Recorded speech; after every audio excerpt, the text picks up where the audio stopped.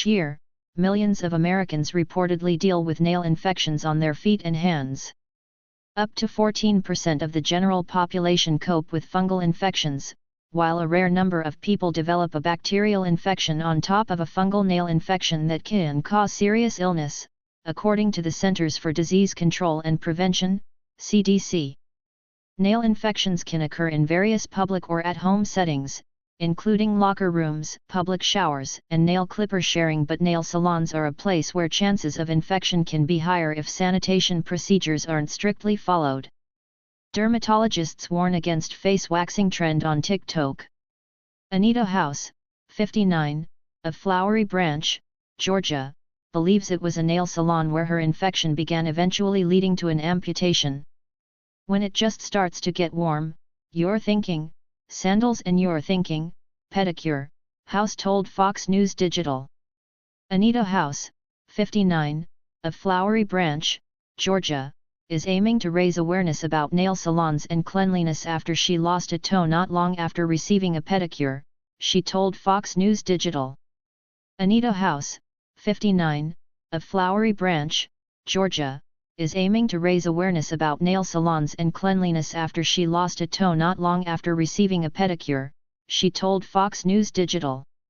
Anita House said that it was the last weekend in February 2019 when she and her sister headed to a local nail salon to receive pedicures.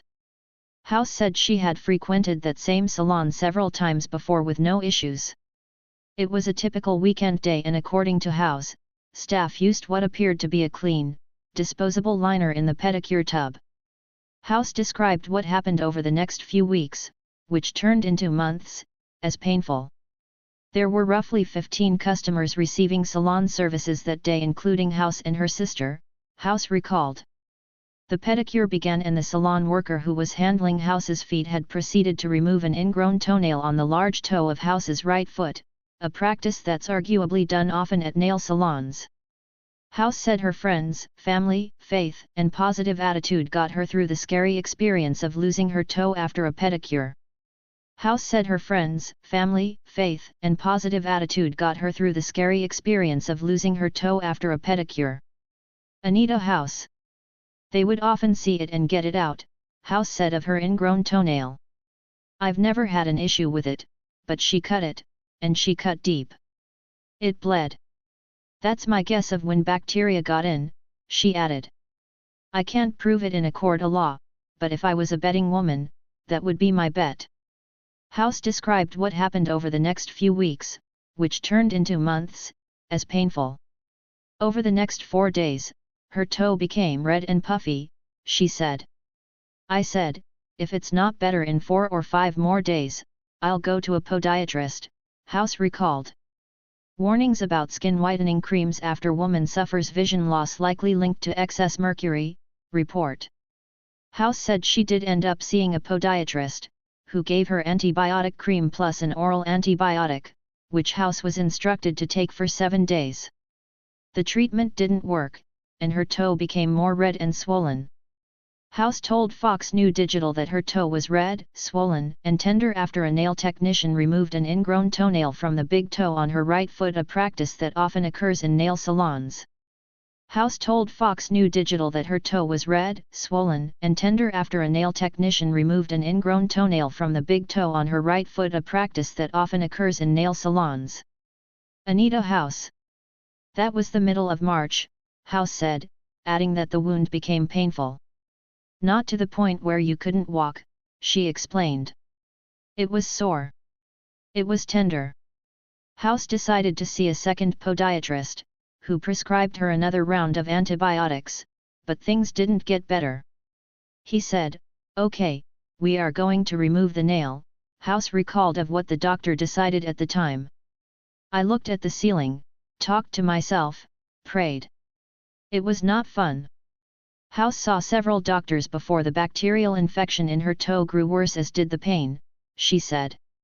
House saw several doctors before the bacterial infection in her toe grew worse, as did the pain, she said. Anita House. 4 weeks after House's toenail was removed, she saw no improvement and met with Dr. Manuel Rodriguez, an infectious disease specialist. Rodriguez told Fox 5 Atlanta that a culture was never taken of the bacteria inside House's toe in order to determine where she contracted the infection. Rodriguez told the station that he had seen the type of infection that House had in people who had other health issues like diabetes, for example. In Ms. House's case, she didn't have any of the typical comorbidities to say, "Wow, this woman is going to have a problem in the near future," Rodriguez told Fox 5 Atlanta. So, it was quite unusual in her case for it to advance the way it did. Fox News Digital reached out to Rodriguez for comment. House said the infection didn't get better over time. Instead, it continued to get worse. House said the infection didn't get better over time. Instead, it continued to get worse. Anita House. House said that she was grateful to have found Rodriguez. She received IVs, and when her veins had trouble, a port was placed into her chest in hopes to treat the bacterial infection. She credits her fun and upbeat attitude and leaning on her faith, which all helped her cope. By that point Rodriguez was getting concerned that the infection was going to spread and he didn't want it in my bloodstream, House noted. He knew it was in the bone in the toe by that point. Still, House tried to live her life normally, even taking a vacation in September. That same month, however, she began to feel ill. And on October 15, 2019, House's right toe was surgically removed in its entirety. Warning: images included in this story may be disturbing to some viewers. We decided to take it off in the joint into the foot, just in case the infection had jumped to the second bone, House said, adding that the procedure was performed by a doctor, not Rodriguez, at Emory University Hospital in Atlanta. Going through it, it was very interesting, she said. I always thought of myself as strong in my faith. Let me tell you, that was a test. I did pretty good. There were only 2 times where I broke down and got pretty upset. House said that God must have had a reason for why she had gone through this. She credits her fun and upbeat attitude and leaning on her faith, which all helped her cope. I would not wish this on my worst enemy. Anita House. House's husband Rob was also there to support her. Rob is so laid back. He never gets anxious, never gets upset, never gets worried. He's just one of those guys, she said. I'd rather lose a toe than lose my foot. Once we had that conversation, he said, "Okay. That's what we'll do." House said that Dr. Rodriguez told her that her infection had him stumped, since she had no underlying health conditions. House now wears a pad on the bottom of her foot, which is commonly used by dancers. This is the product that House said she uses. House now wears a pad on the bottom of her foot, which is commonly used by dancers. This is the product that House said she uses. Anita House. House also said another doctor who treated her for this infection had mentioned that he had seen other alleged nail service-related infections, but those incidents had been treated with antibiotics. After her surgery, House was mobile 4 weeks later. She wore a boot for 2 to 3 weeks. House said she feels self-conscious at the beach, and the loss of her toe has affected her hobby of practicing yoga. She now uses a dancer's pad to help support the ball of her foot. I'm a walking PSA. Anita House. House did speak to an attorney after her incident as well as the county health department. She said that the COVID-19 pandemic put a hold on pursuing action. She said that the nail salon where she believes the cause of her infection took place is currently operating and running. It's not necessarily that I wanted them punished, but rather, you should be aware of what you've done, House said. On October 15, 2019, House's big toe on her right foot was removed in order to prevent the spread of infection, she told Fox News Digital. On October 15, 2019, House's big toe on her right foot was removed in order to prevent the spread of infection, she told Fox News Digital. Anita House. I'm a walking PSA, she added. After 3 podiatrists, 1 infectious disease doctor, antibiotics, and an amputation, please know what you're walking into. That's self-care, I get it. I enjoyed it. I enjoyed it tremendously, House said of manicures and pedicures. Women, be aware, conscious. If you're getting that icky feeling, turn around and walk out. She added, I would not wish this on my worst enemy. House offered advice to women who frequent nail salons. Don't go to nail salons during busy times. House said she believes that since she went on a busy weekend, the staff might not have sterilized efficiently. Watch to make sure that salon workers are sterilizing. And when in doubt, she said, bring your own tools. Nail safety, protecting yourself. Dr. Dusan Sajik, a dermatologist and assistant adjunct professor of clinical medicine at McMaster University, a public research university in Hamilton, Ontario, Canada, told Fox News Digital that fungus and yeast have been reported from nail salons in addition to several bacteria. Viral nail polish hack shows how you can get a quick and easy manicure.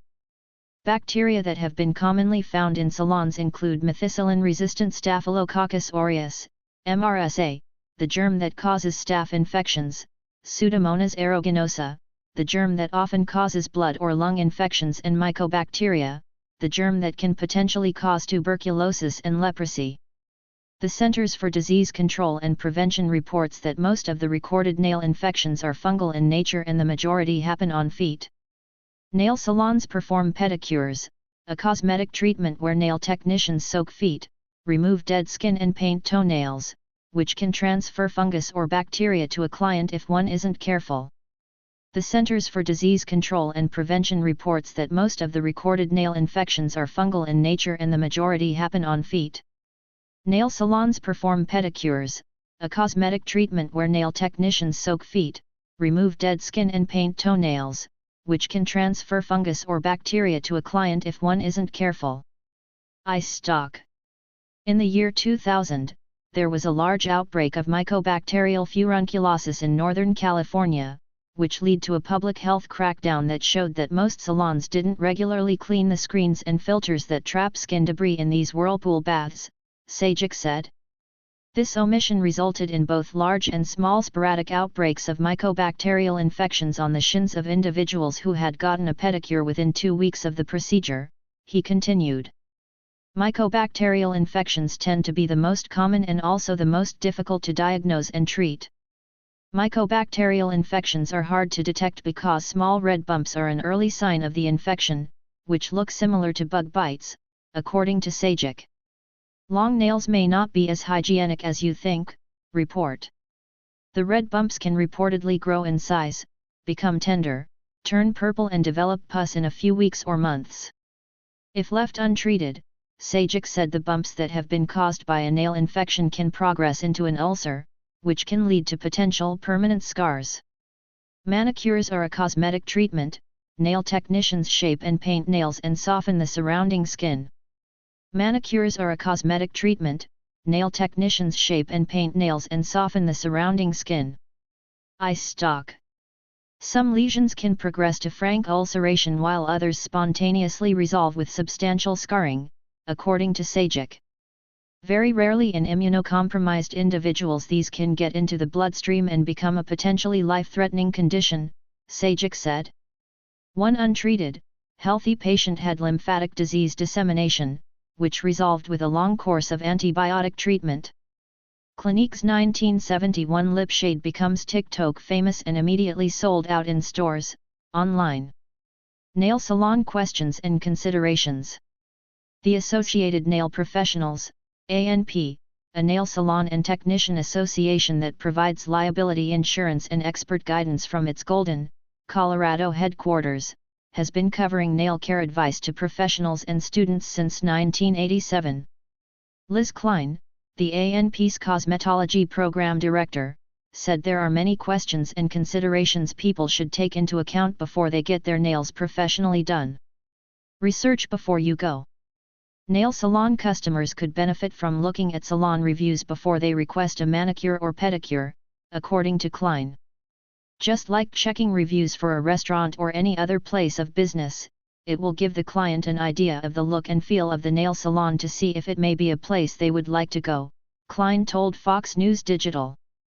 Researching a nail salon before going in for a service can help a customer decide if an establishment is a right fit for their needs.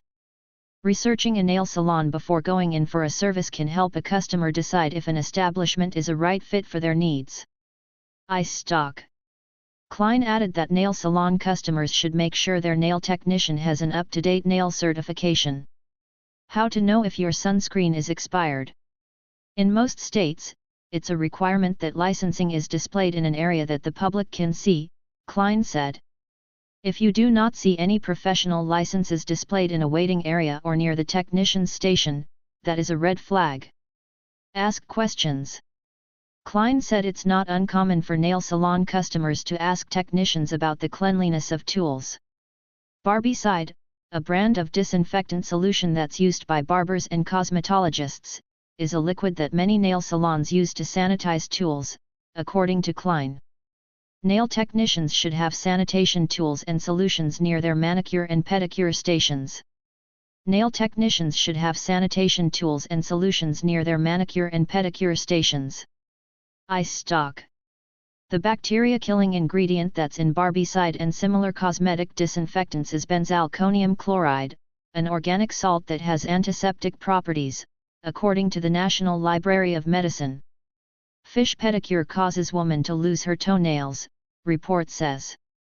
Customers can look for the presence of disinfectant solutions and fungicide, a chemical solution that destroys parasitic fungi and spores near pedicure bowls or manicure tables, Klein said.